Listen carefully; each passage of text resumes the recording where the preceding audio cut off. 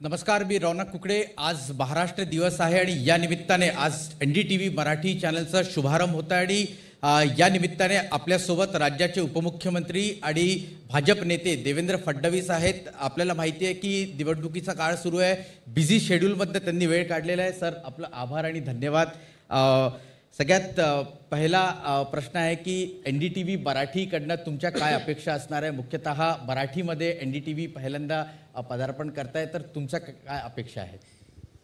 माझी खरं म्हणजे एकच अपेक्षा आहे की कुठल्याही चॅनलने एक बॅलन्स ठेवला पाहिजे. बॅलन्स ठेवणं हे अत्यंत महत्त्वाचं आहे. अजेंडा चालवणं यांनी मला असं वाटतं की जे अपेक्षित रिझल्ट्स आहेत ते मिळू शकत नाही. आणि दुसरं महत्त्वाचं असं आहे की आज सगळ्यात मोठा वानवा जर कशाचा असेल तर तो OG कंटेंटचा आहे, ओरिजिनल कंटेंटचा आहे.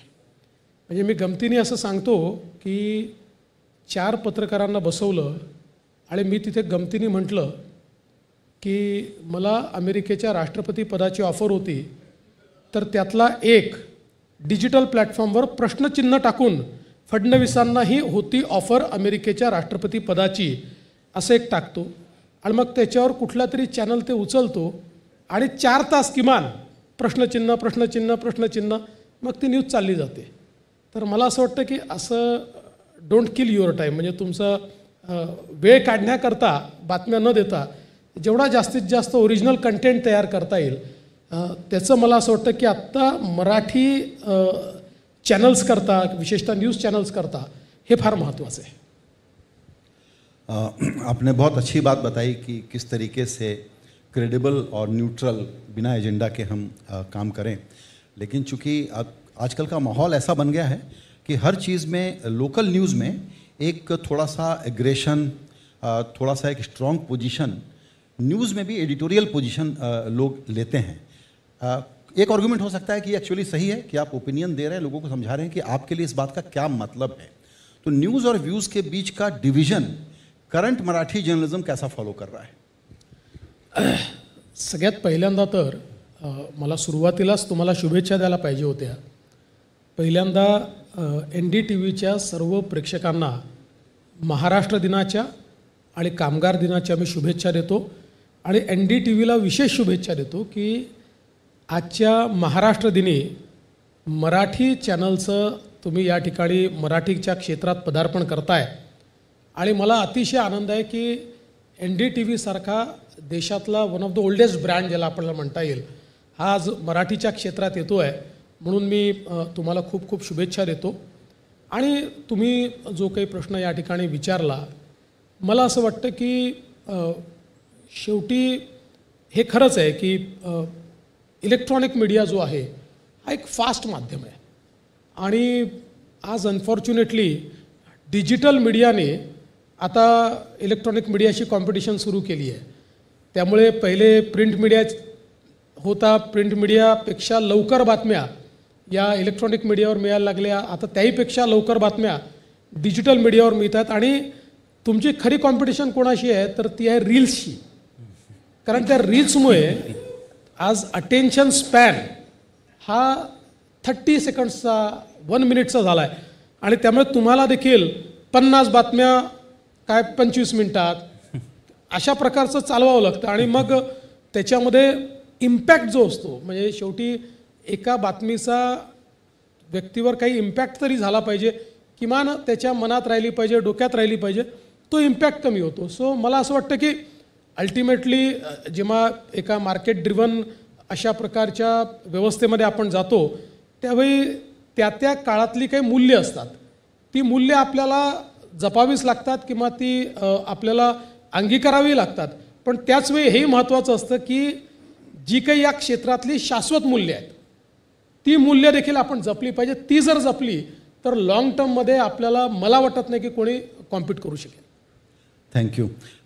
एक सवाल और मेरी तरफ से, वो ये कि मुंबई और महाराष्ट्र इस वक्त हिस्ट्री के एक बड़े टर्निंग पॉइंट पे है.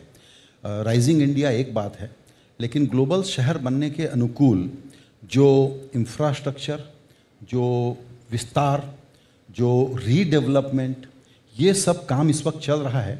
वो माइंड बॉगलिंग है, अभी भी हम लोग उसको कंप्रीहेंड नहीं कर पा रहे हैं कि क्या हो रहा है। इस पर मैं थोड़ा आपके थॉट्स और आपका विजन जानना चाहूँगा। मला असं वाटतं की आज आपण जर बघितलं तर भारत हा एक फास्टेस्ट ग्रोईंग इकॉनॉमी आहे, जगातील सर्वात वेगानं विकसित होणारी अर्थव्यवस्था आहे.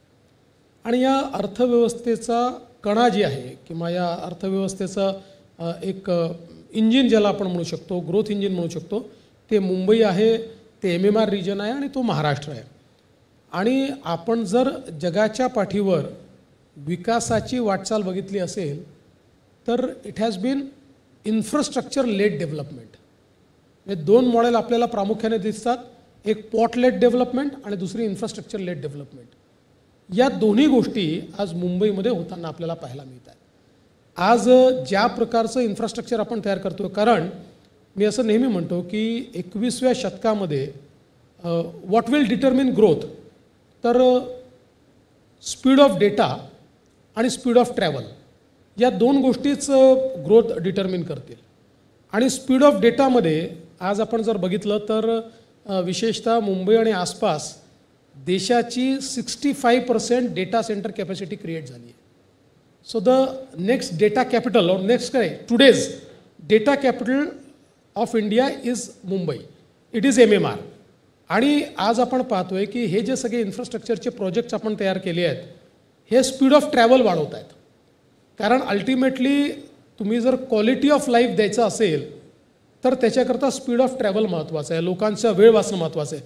दुसरं असं आहे की आज आपण नेहमी जे सांगतो की पोस्ट कोविड जे काही एक चायनातनं बाहेर पडण्याचं प्रमाण आहे आणि ग्लोबल सप्लाय चेनमध्ये एक नवीन प्लेयर आता इंडिया तयार होतो आहे, अशा परिस्थितीमध्ये इन्फ्रास्ट्रक्चर हे सगळ्यात मोठं त्यात काम करणार आहे. कारण सप्लाय चेनचा भाग होण्याकरता तुमचं जे लॉजिस्टिक्स आहे त्याची कॉस्ट ही तुम्हाला कमीत कमी केली पाहिजे.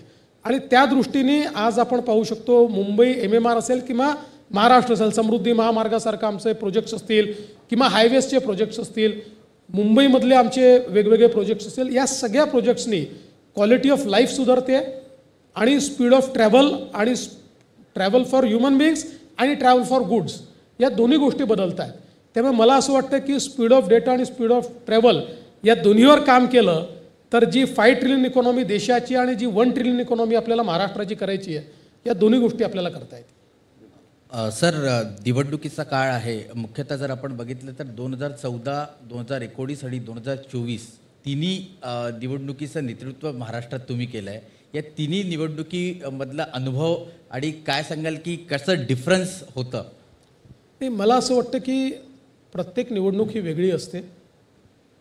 14ची जी निवडणूक होती त्या निवडणुकीमध्ये एक प्रचंड होप होती लोकांना, कारण साधारणपणे एक घोटाळ्यांची मालिका लोकांनी बघितली होती आणि एक प्रकारचं एक निराशा की बाबा देशात काही चांगलं होत नाही, अशा प्रकारची निराशा होती. आणि त्यातनं मोदीजी एका आशेच्या रूपेने एक होप म्हणून त्या ठिकाणी पुढे आले. त्यामुळे 14चं वोटिंग हे होपला होतं. 19चं जे वोटिंग होतं ते एका प्रूवन लिडरशिपला होतं. 19ला जेव्हा मोदीजी पुन्हा निवडणुकीला सामोरं गेले त्यावेळेस लोकांनी डिलिव्हरी बघितली होती, बदललेला भारत बघितला होता, भारताची डिलिव्हरी सिस्टीम ही बदललेली बघितली होती. आणि आज 24ला ज्यावेळेस लोक वोटिंगला जात आहेत त्यावेळेस लोकांना ही खात्री आहे की आता भारताला जगाच्या पाठीवरचा उत्तम देश बनवण्याचं काम कोणी करू शकतं तर ते मोदीजी करू शकतात. विकसित भारत जर कोणी तयार करू शकतो तर ते मोदीजी करू शकतात. कारण 10 वर्षामध्ये लोकांच्या मनामध्ये आता ही लिडरशिप पूर्णपणे त्या ठिकाणी त्या लिडरशिपने घर केलं आहे. आणि म्हणून मला असं वाटतं की नॉर्मली 10 वर्षाच्या टेन्युअरनंतर जेव्हा एखादं सरकार वोटिंगला जातं तेव्हा एक मोठी अँटी इन्कम्बन्सी असते. But perhaps this is the first election की जिथे एक प्रो इन्कम्बन्सी दिसते, जिथे लीडर करता तेवढंच प्रेम दिसतं आहे, लीडर करता तेवढीच उत्कंठा दिसते आहे, लीडरला वोट करण्याकरता तेवढीच आतुरता दिसते आहे. सो मला असं वाटतं की हा एक महत्त्वाचा फरक आपल्याला या निवडणुकींमध्ये पाहायला मिळतं. तर तुम्ही जसं सांगितलं की वोटिंग करण्यासाठी लोक पुढे येत आहेत, मात्र 2 फेजेसमध्ये जो टप्पा महाराष्ट्रात संपलेला आहे त्यामध्ये वोटिंग पर्सेंटेज खूप कमी झालं आहे. याचं ॲनालिसिस तुम्ही कसं कराल? कारण यांनी BJP किंवा महायुतीला फायदा आहे की नेमकं नुकसान होणार? बघा, मी एक गोष्ट सांगतो की वोटिंग जास्ती झालंच पाहिजे, त्याचा फायदा हो का नुकसान हो. अल्टिमेटली लोकशाहीचा उत्सव आहे आणि मी तर नेहमी असं म्हणतो की बोट दाखवण्याचं, टीका करण्याचं नैतिक अधिकार, संवैधानिक अधिकार काही असू द्या, नैतिक अधिकार त्यांनाच आहे की जे मतदान करतात. जे मतदान करत नाहीत त्यांना हा नैतिक अधिकारच नाही की त्यांनी टीका केली पाहिजे किंवा बोट दाखवलं पाहिजे. सिस्टीममध्ये तुम्हाला जर तुमचं मत व्यक्त करून पाहिजे असेल तर वोट केलंच पाहिजे. आता जोपर्यंत महाराष्ट्राचा प्रश्न आहे, तर मी काल आकडेवारी इलेक्शन कमिशनने घोषित केली ती मी बघत होतो, तर 2019चं महाराष्ट्राचं ॲव्हरेज वोटिंग हे 61% आहे आणि पहिल्या 2 फेजचं महाराष्ट्रातलं वोटिंग हे 63% आहे. ते 63% आहे. म्हणजे कमी अधिक प्रमाणात ते जवळपास सारखं आहे किंवा थोडं अधिक आहे. मला असं वाटतं आता काल सगळे फायनल आकडे आल्यानंतर देशभरामध्ये देखील अशीच परिस्थिती मला पाहायला मिळते आहे की जवळपास कुठे कमी अधिक असेल पण ते आकडे सारखे आहेत. पण 60 आणि 61% वोटिंग यांनी आपण सॅटिस्फाईड होऊ शकत नाही. पण एक गोष्ट मी अजून सांगतो, म्हणजे ही तक्रार मी गेले 15 वर्ष करतो, पण शेवटी इलेक्शन कमिशन हे स्वायत्त असल्यामुळे त्या तक्रारीचा फार मी कोर्टातही गेलो, मी आंदोलनही केली. महाराष्ट्रामध्ये वोटर लिस्ट, इलेक्ट्रल रोल हे इतके वाईट आहेत आणि शहरांमध्ये तर ते सर्वात जास्त वाईट आहेत. आता तुम्ही बघाल शहरांच्या निवडणुका होतील, पुण्याची निवडणूक ज्या दिवशी होईल त्या दिवशी तुम्हाला शेकडो लोक भटकताना दिसतील. हो, की मागच्या निवडणुकीत नावं होती, आता आमची नावं नाही आहेत. नागपूरला तेच झालं, मुंबईमध्ये तेच होईल. कारण हे कुठल्या प्रकारचे रोल्स तयार करतात आणि नावं काढताना काय करतात हे काही मला समजत नाही. पण मी स्वतः या संदर्भात मला असं वाटतं 2013-14ला मी कोर्टात गेलो. अर्थात ती केस अजून काही फार पुढे आली नाही. पण माझं मत आहे की जर वोटिंग पर्सेंटेज वाढवायचं असेल, अनुत्साह तर दूर केलाच पाहिजे, पण त्यासोबत डी नोवो वोटर लिस्ट ही महाराष्ट्रामध्ये तरी तयार करणं गरजेचं आहे. कारण अर्बनाइज स्टेटमध्ये मायग्रेशनचा रेट फार जास्त असतो. गावांमध्ये फार चेंजेस होत नाहीत. गावांमध्ये झालेले चेंजेस आयडेंटिफाय लवकर होतात, पण अर्बन एरियाजमध्ये मायग्रेशन इतकं वेगानं असतं आणि ते मायग्रेशन बाहेरून आत असं नसतं. बरोबर, इकडनं घर सोडून इकडे गेले, इकडनं तिकडे गेले, मग ते 2 ठिकाणी नाव असले की ते इलेक्शन कमिशन आपल्या मर्जीने नाव उडवून टाकतं. त्यामुळे मग तो जिथे राहतो तिथे त्याचं नाव नसतं आणि तो जिथे राहत नाही तिथे त्याचं नाव असतं. तर याही गोष्टी त्याला मोठ्या प्रमाणात कारणीभूत आहे असं माझं मत आहे. सर दूसरा इसमें एक मिनट में लेना चाहूँगा. ये हमारी ड्यूटी है कि हम लोग थोड़ा लोगों को प्रोवोक करें और इसमें कोई दिलचस्पी नहीं है हमारी कि लो टर्नआउट या हाई टर्नआउट से किस पार्टी को क्या फ़र्क पड़ता है. 2019 एक आउटलायर था, ये भी हम मान लेते हैं, इसलिए उसको नॉर्मल भी नहीं मानते. चलिए थोड़ा कम हो सकता है, लेकिन तब भी ये बड़ी चिंता की बात है कि जो क्लास सबसे ज़्यादा बोलता है, south Mumbai, south Bangalore, south Delhi, जो लेक्चर करता है सोसाइटी को और पॉलिटिक्स को, वहाँ के लोग वोट करने के लिए नहीं निकलते. और ये जो अपैथी है पूरे देश में है, यंग वोटर कम रजिस्टर हो रहा है, बहुत ही चिंता की बात है. तो जो लोकतंत्र के बारे में खतरा है नहीं है का सवाल उठाते हैं, तो मेरा आपसे प्रश्न ये है और मैं चाहता हूँ कि ये मैसेज आप दें मराठी में लोगों को कि वोट न देना और दूसरे को देने के लिए प्रेरित न करना गुनाह है. बिलकुल मी तुमच्याशी सहमत आहे. म्हणजे माझं तर अनेक वेळा असं मत आहे की ऑस्ट्रेलियासारख्या काही देशांनी जर मतदान केलं नाही तर काही टॅक्स बेनिफिट्स कमी केले आहेत, काही लोकांवर अटी शर्ती घातलेल्या आहेत. कधीतरी भारतामध्ये हा विचार केला पाहिजे. शेवटी इतकी अपॅथी एवढ्या मोठ्या देशामध्ये वोटिंगच्या संदर्भात असणं आणि मला असं वाटतं की लोकशाहीमध्ये मतदान न करणं हा मी असं म्हणणार नाही कायदेशीर गुन्हा नाही आहे, पण हा नैतिक गुन्हा आहेच. तुम्ही ते केलंच पाहिजे.